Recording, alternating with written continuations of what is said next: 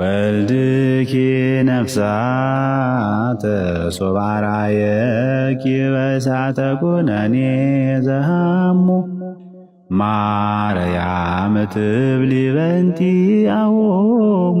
በቤልዜቡል ጌታችን ኢየሱስን በጌታ ኢየሱስ ማለት ጌታችን ኢየሱስ አምላክ እንደሆነ እናውቃለን። ማለት የሁሉ ፈጣሪ ነው፣ የሁሉ ገዢ ነው እና እኛን ስለማዳን በስጋ ተገልጦ መጥቶ ተአምርን ሲያደርግ ማለት ነው። ሰዎች የሚሉ ጥሩ ነው፣ ይህንን በአጋንንት ነው የምትሰራው። አሁን ይህንን ሰምቷል ኢየሱስ በጌታ ይሄ ጋይስ ብዙ ጊዜ ትኩረት እናደርገው መቸንከሩ ላይ ምናምን ነው አይደለ? በጥፊ ተመታተፉበት ምናምን ላይ ነው። እሱ በጣም የሚያስደንቅ ነው። ግን ይሄ ራሱ በጣም የሚደንቅ እኮ ነው። በአጋንንትን ይህንን የሰራኸው ተብሏል። ጌታችን ኢየሱስ መድኃኒታችን በብዔልዜቡል በአጋንንት ይህንን አደረግክ ብለው ርጉም አይሁዳውያን እንደዛ ተናገሩ። ፈሪሳውያኑ ምናምን ርጉም አይሁዳውያን ኢየሱስ አስማት ያደርግ ነበር አሉ። ቀደም ብሎ የነበሩ የነርሱ ርጉም አባቶቻቸው ጌታችን ኢየሱስን በብዔልዜቡል ይህንን ታደርጋለህ ብለው ከሰውታል ነበር። በብዔልዜቡል የእነሱን ክስ ልጆቻቸው የሚደግሙታል በኋላ ላይ ማለት ነው። በዚህ ይህንን ነገር ግን አስባችሁ ታውቃላችሁ አይደል? በብዔልዜቡል ጌታችን ኢየሱስን KFC የተሰኘው የአሜሪካው ታዋቂውና ዝነኛው የፋስት ፉድ ሬስቶራንት እንግዲህ ሰሞኑን አነጋጋሪ የሆነ ኮሜርሻል ወይም ማስታወቂያ ለቋል። የ2 ደቂቃ ቪዲዮ ዩቲዩብ ላይ ነው የለቀቁት። እሱን ቆራርጬ 1 ደቂቃ አድርጌ ሪያክት እናደርግበታል፣ አሳያችኋለሁ። እንግዲህ እንደዚህ አይነት ቪዲዮ ለመስራት እንደተፈለገ አላውቅም። ሌትስ ጎ። ቪዲዮ ሲጀምር እንግዲህ ጫካ ውስጥ ነው ጀለስ። ከዛ የሆነች ዶሮ ከርቀት ይመለከታል። እንደዚህ በአይኗ ጮክ ብላ ታያለች። ከዛ የሆነ ነገር ደግሞ መቶችን ያለብሳታል። ኢትስ ሶ ዊርድ። አሁን ምንድን ነው? እዛ ወደ የሆነ ጀማ የከበውና እንደዚህ ወደ ላይ ይወጣሉ። እኔ ፐርፐዙ አልገባኝም። ምንድን ነው? አንደኛ ነገር እሷ ከየት መጣች? ከእንደገና ለምን ወደ ላይ ወጡ? ከዛ ደግሞ ተበተኑ። ለምን ተበተኑ? ከዛ እንደዚህ አይነት ወርቃማ እንቁላል ያመጡና ይህንን እያንከባለሉ ወደ ሆነ የባህር ዳርቻ ላይ ይወስዱታል። እሱ ከዚህ ከስር መጣ። ከዛ በኋላ ጀለስን በቆመበት ወስዳ እንደምታደርጉ ይዩት ነው። ባህሩ ላይ ደርሰዋል። ከዛ በኋላ እንደዚህ አንስታው ድርቅ ብሏል። ከዛ የሚንተከተክ ውሃውን በደምብ ካያችሁት እየፈላ ያለ የሆነ ዘይት ነገር ይመስላል። ከዚህ እዚህ ዲፕ አደረገችው ማለት ነው። ልክ እንደ ኖርማል ፍራይ ቺክን ፍራይ። ከዛ ይላችሁ በብሉ ጠፋ። ከዛ ስታወጣው አያችሁ ቺክን ሆነ። ታዲያ ምንድን ነው? ብሊቭ ኢን ቺክን። እንደዚህ አይነት ቪዲዮ ወይም ማስታወቂያ መስራት ለምን አስፈለገ የሚለውን ስመለከት አንድ ኮንስፒረሲ ትዛልችኝ እና ቤዚክሊ ካርማ እንዳይደርስባቸው ነው። ካርማ ማለት አንድ ነገር ላይ ወይም ደግሞ ሌላ ሰው ላይ መጥፎም ጥሩ ብታደረጉ ተመልሶ ይደርስባቸዋል ነው። ስፔሻሊ መጥፎ ነገር ላይ ነው። መጥፎ ነገር ካረክ መጥፎ ነገር ይደርስባል ተመልሶ የሚባለው ነገር ነው። እና ምንድነው እነሱ እስከዛሬ ሲያደርጉት የነበረውን ነገር እንደዚህ አይነት ሰትል በሆነ መንገድ ነግሯቸዋል። ካኒባሊዝም ነው ኦልሬዲ፣ ወይም ደግሞ የሰው ስጋ በልነት ነው። ካኒባሊዝም ማለት ያ ነው። ወይም ደግሞ ምግባቸው ላይ የሰው ስጋ ይጨምራሉ ምናምን ነገር ነው። ስለዚህ አሁን የተመረዘ ምግብ አምጥቼ የለ ይሄ ምግብ መርዤዋለሁ እንዳትበላው ብዬ ከበላኸው ኃጢአቱ እኔ ላይ አይሆንብኝም ማለት ነው። ያ ነው ቤዚክሊ ካርማውን ሪፍሌክት ያደረጉት ነው እንዳይደርስባቸው። እንደዛ ነው። እዚህ ጋር የምታዩት አርቲክል ቢቢሲ ላይ በ2015 ከ5 ዓመት የተፖሰተ ነው። ቤዚክሊ ማክዶናልድ ፍራይዝ ኢን ጃፓን ይላል። ጃፓን ውስጥ የሚገኝ አንድ የማክዶናልድ ቦታ ላይ ማለት ነው ፍሬንች ፍራይዝ ውስጥ ወይም ደግሞ ቺፕሳቸው ውስጥ የሰው ጥርስ ተገኝቶ ለዛ አፖሎጃይዝ እያደረጉ ነው። ይህም ከእንደገና 2015 ላይ የተፖሰተ ነው። ሌላ አርቲክል ላይ ነው። ዘ ቢፍ ሳይት ነው የሚለው ላይ ከላይ ተቆርጧ ላይ ነበብ ብቻ ስቴሪፋይንግ ሂውመን ዲኤንኤ ሆት ዶግስ ዩኤስኤ ላይ የሚገኙ ወይም አሜሪካ ውስጥ የሚገኙ እንደ ፖርክ፣ ቺክን፣ ተርኪ፣ ቢፍ፣ ቬጅተሪያን ሆት ዶጎች ላይ በአጠቃላይ የሂውመን ዲኤንኤ ተገኝቷል። ሲቢኤስ ኒውስ ላይ ደግሞ 2015 ላይ ወዝ ክሬዚ ሂውመን ኤንድ ራት ዲኤንኤ የሰውና ምንድነው የአይጥ ዲኤንኤ ፋውንድ ኢን በርገስ ሳይንቲስቶች እንደተናገሩት ማለት ነው።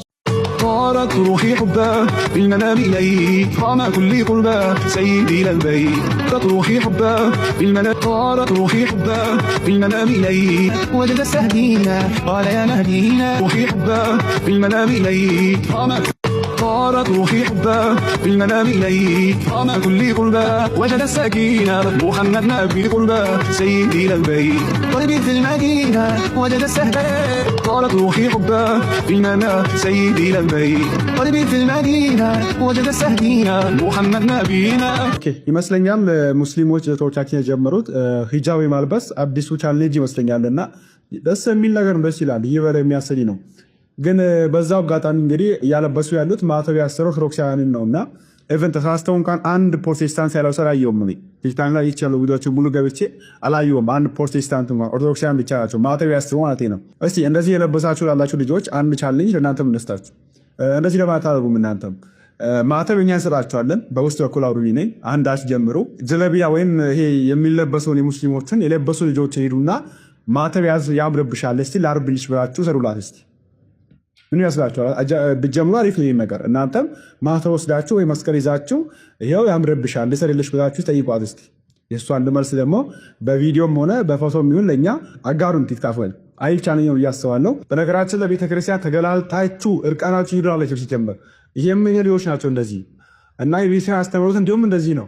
አትገላለጡ እህቶቼ፣ አጋንንትን የሚስቡ ልብሶች አትልበሱ። እደግመዋለሁ፣ ይሄ ክርስትና ባህል አይደለም።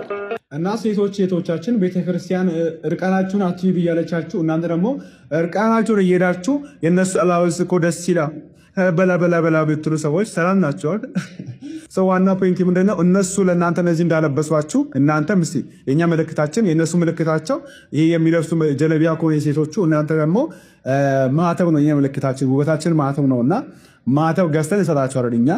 እናንተም የቻለ ጀምር እስኪ አንድ ኦርቶዶክሳዊ ሴት እንዲወጣ ሴት እስቲ ነኝ የምትል ወይ ከነዚሁ መሃል አንዳችሁ እንግዲህ እስቲ እቺ ልጅ ራሷ ሂዱና ማተብ ያምርብሻል ላረግልሽ በሏት እስቲ። ለማንኛውም በምክንያት ነው የተጀመረው። ለምን ማተብ ያደረጉ ልጆችን ብቻ ተፈለገ የሚለው ነገር እያያችሁ ብታደርጉ መልካም ያስባለሁ።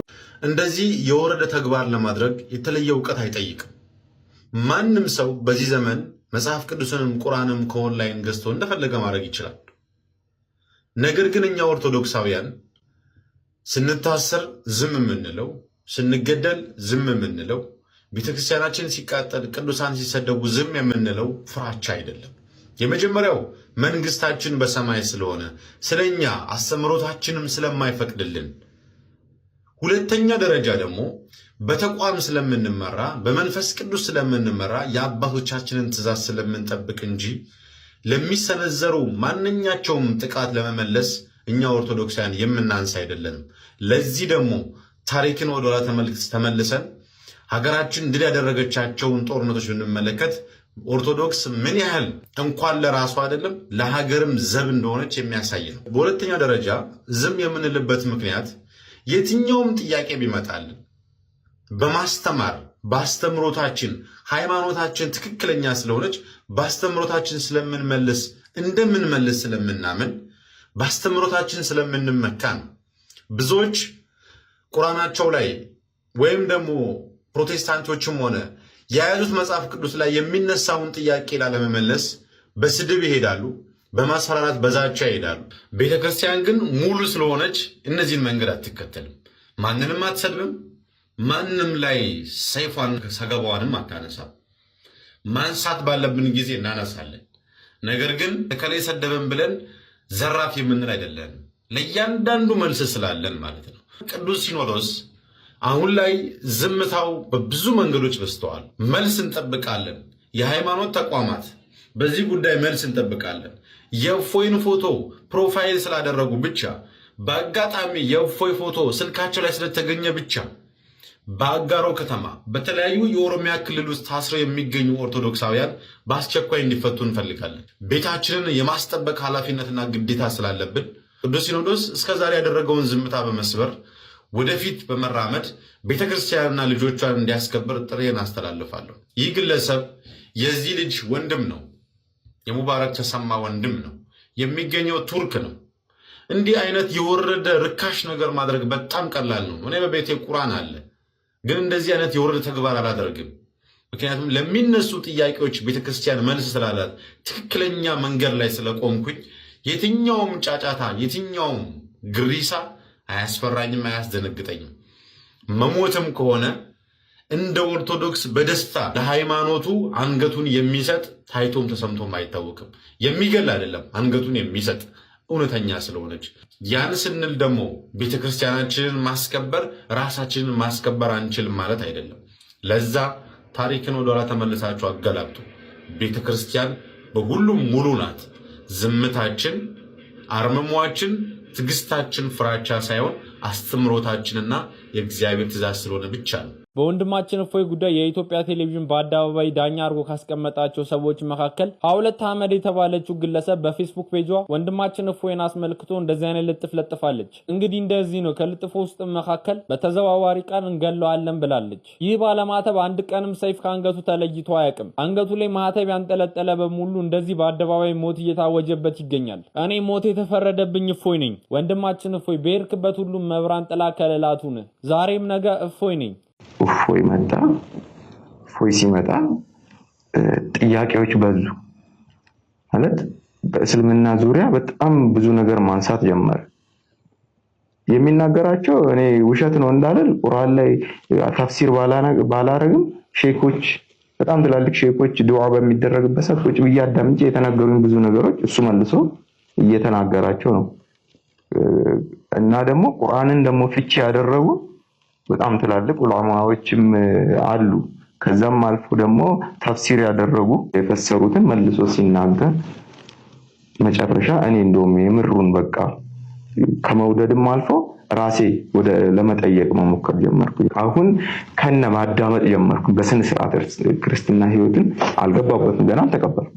ከነ በስነ ስርዓት በቃ ማዳመጥ፣ ከክርስቲያን ልጆች ጋር መገናኘት፣ መዝሙርን ማዳመጥ፣ ተዋህዶ ፕሮግራም የሚካሄዱትን ልጆች መከታተል ጀመርኩ። ቀጥታ ማለት ነው። አባ ገብረ ኪዳነ በሰዓቱ እሷን በምትልክልኝ እኔም ደግሞ በሚለቁልን እንደተለቀቀ አያለሁ። ቁጭ ብዬ ማታ ስገባ ቁጭ ብዬ ነው የማየው። እግዚአብሔርን ነው የምልህ። ለዚህ እናቴ ምስክሬ ነች። እናት ነች። ሄዷል ብላ እንደማትዋሽ እርግጠኛ ነኝ። ለዚህ እግዚአብሔርን ነው ለሊት ቁጭ ብዬ ማለት ከቤት ወጥቼ ዋይፋይ ግቢ ጎረቤት ስላለ የተከራየንበት ቤት ውስጥ ቁጭ ብዬ እስከ 9 ሰዓት እስከ 8 ሰዓት ውጪ ይቀመጣል። ለምን መሰለህ? ቤት ውስጥ ገብቼ ማዳመጥ ከሆነ አለ ለሷ እናቴ ነች እንድትከፋብኝ አልፈልግም ነበር። ወንድሜ ልጆች አሉ ህፃናት ስናን ነው እንዲከተሉትን የሚፈልጉ ወንድሜ ያን ነገር እንዳይታወቅብኝ ውጪ እስከ 9 ሰዓት ልክ እነሱ ሲመጡ ስክሮል አድርጌ ሌላ ነገር አያለሁ። አባ ገብረ ኪዳን ማለት ነው። የእነሱን ልክ ሰው ሲመጣ ልፍ ሲል ሶማሌ ስለሆነ የተከራየንበት ግቢ ልክ ወደ ውጪ ሲወጡ ሰው ወደ ሽንት ቤት ምናምን ሲመጣ ልፍ አደረግና ሌላ ነገር አያለሁ። ኩሽና ገባለሁ እያልኩኝ መጨረሻ ላይ በቃ አሁን እኔ ደመደምኩ። ክርስትና መነሳትና ፈልግ ሐዋርያዊ መልሶች የሚል ያን ቆንጆ ውብ የሆነ ወንድሜን የሚገርም ነገር እንዴት ወደ ኦርቶዶክስ ተመለስክ አትለኝም? እና እኔ ቲክቶክ አልጠቀም ነበርና ቲክቶክ መጠቀም ከጀመርኩ በኋላ አንድ ቀን ሐዋርያዊ መልሶች የሚል አክሊልዬ ሲመጣ ላይክ አረኩትና ከዛ በኋላ በቃ ምን ብዬ ልንገርህ፣ እነዛ እነ ፈለገ አትናቴዎስ የሚባሉ ቆንጆዎች አንተ እና ብዙ ወንድሞች ይመጣሉ። በተለይ ህይወቴን የቀየረው የነ ፈለገና የነ አክሊል ትምህርት ነው። እኔን እንደዚህ ቀርጾኝ ውስጤ ያስኩትን ያን ጋርቤጅ የሆነ የማይጠቅም ነገር አስወግዶ ሕያው የሆነውን ሕይወት የሚገኝበትን ለዘላለም የጸናውን ትምህርት የሐዋርያዊ ቅብብሎች ያለበትን ትምህርት በእኔ ውስጥ አስርጾ እጄን አንስቼ አባቶችን ፈልጌ ሄጄ ንስሐን ለመግባት ነገሮች እንዲመቻችልኝ ያደረጉኝ እነዚህ ወንድሞቼ ናቸው። በጣም ተምዬ አክሊልን እነዛ ወንድሞቼን ባርኩልኝ። አንቺ እህቴን ብትሆኝ አንተም ብትሆን እንደዚህ በጣም ኢንከሬጅ አድርጉልኝ። ሁላችሁም እዚህ ውስጥ ያላችሁ ሁሉ እሺ ገባላችሁ። ያዕቆብዬ ፕሮግራሙን የምናዘጋጅበት ቀን ላይ ቃል ገባልሃለሁ በእግዚአብሔር ፊት። በጣም የምወዳቸው ወንድሞቼ ትሁቶች ናቸው። በጣም እጅግ በጣም ትሁቶች ናቸውና በጣም ዋጋ የሚከፍሉ ድንቅ ወንድሞቼ ናቸው። ይህንም ወንድሜን ፈለገንም ወንድሜ ልደተ ቃልንም አስገብቼ ከኢንተርቪው በኋላ የምር ከነሱ ምን እንደተጠቀምክ እነሱም ደግሞ ላንተ የሚሰጡ መልእክት እኔ ቃል እገባለሁ አስገባችኋለሁ። አስገብቼ 1000 ላፎሎር በኋላ ቪዲዮ መክፈት የምትችልበትን ቪዲዮም ቪዲዮ ሰርቼ ሰዎች ፎሎ እንዲያደርጉ በአጭር ጊዜ 1000 እንድትገባ አደርግና ይኸው በእግዚአብሔር ፊት አክሊልም ስለሚያከብረኝ ስለሚሰማኝ ወንድሙ እንደሆንኩኝ 100% ስለሚያውቅኝ ይመጣል። ትባርከዋለህ። እግዚአብሔር አምላክ ይባርክ ትለዋለህ። ፍሬ በከንቱ አልቀረም ትለዋለህ። ሲያገለግል የነበረው ኮሜንት ዘግቶ ሲሰብክ የነበረው ስብከት በከንቱ አልቀረም። መልካም ዘር ላይ የተዘራው ዘር መልካም ፍሬ አፍርቶ አንተን አግኝቷል። እንደዚሁ ደግሞ በጣም የምወደው የማከብረው ትሁት የሆነው ወንድሜ ፈለገም ይመጣል። ልደትዬም እንደዛው ይመጣሉና በዚህ ቃል እገባለሁ።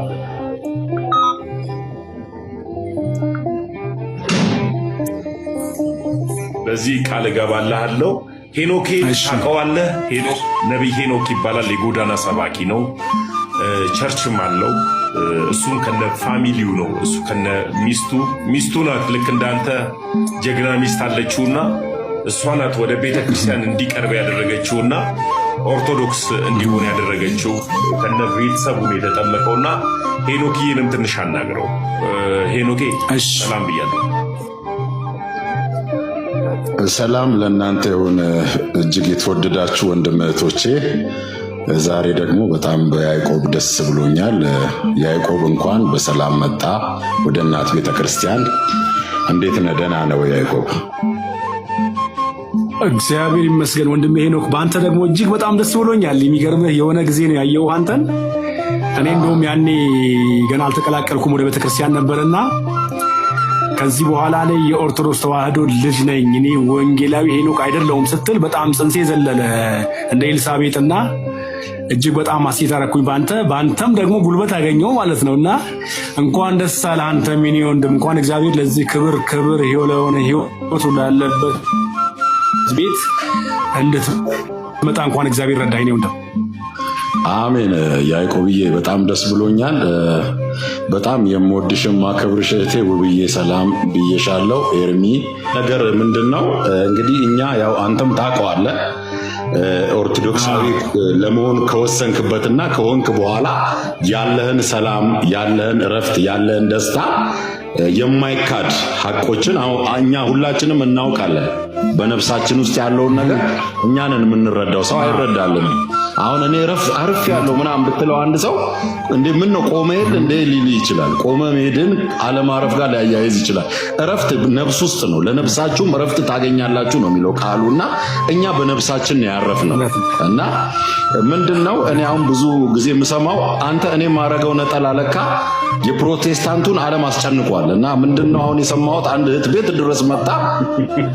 አንድ እህት እየፈለገች ነው ባገኘው እመተዋለሁ ብላ በጣም እየፈለገች ነው። ምን አጠፋው ምን አረኩኝ አልኳት። ምንም አሁን እኮ ቸርች ላይ የሚሰበከው ስላንተ ነው የሚወራው እንጂ ምንም የሚሰበክ ነገር የለም። ትላንት ለብሶ ብለው በጣም ተናደዋል አለች። እኔ በቃ እንደውም ከዚህ በኋላ እንደው እግዚአብሔር ቢረዳኝም በቃ እኔ ነጠላዬን ላለማውለቅ ወስኛለሁና ምን ልል ፈልጌ ነው፣ ይሄ ነጠላ መልበስ ራሱ እኮ የቅድስናን ማሳያ ነው።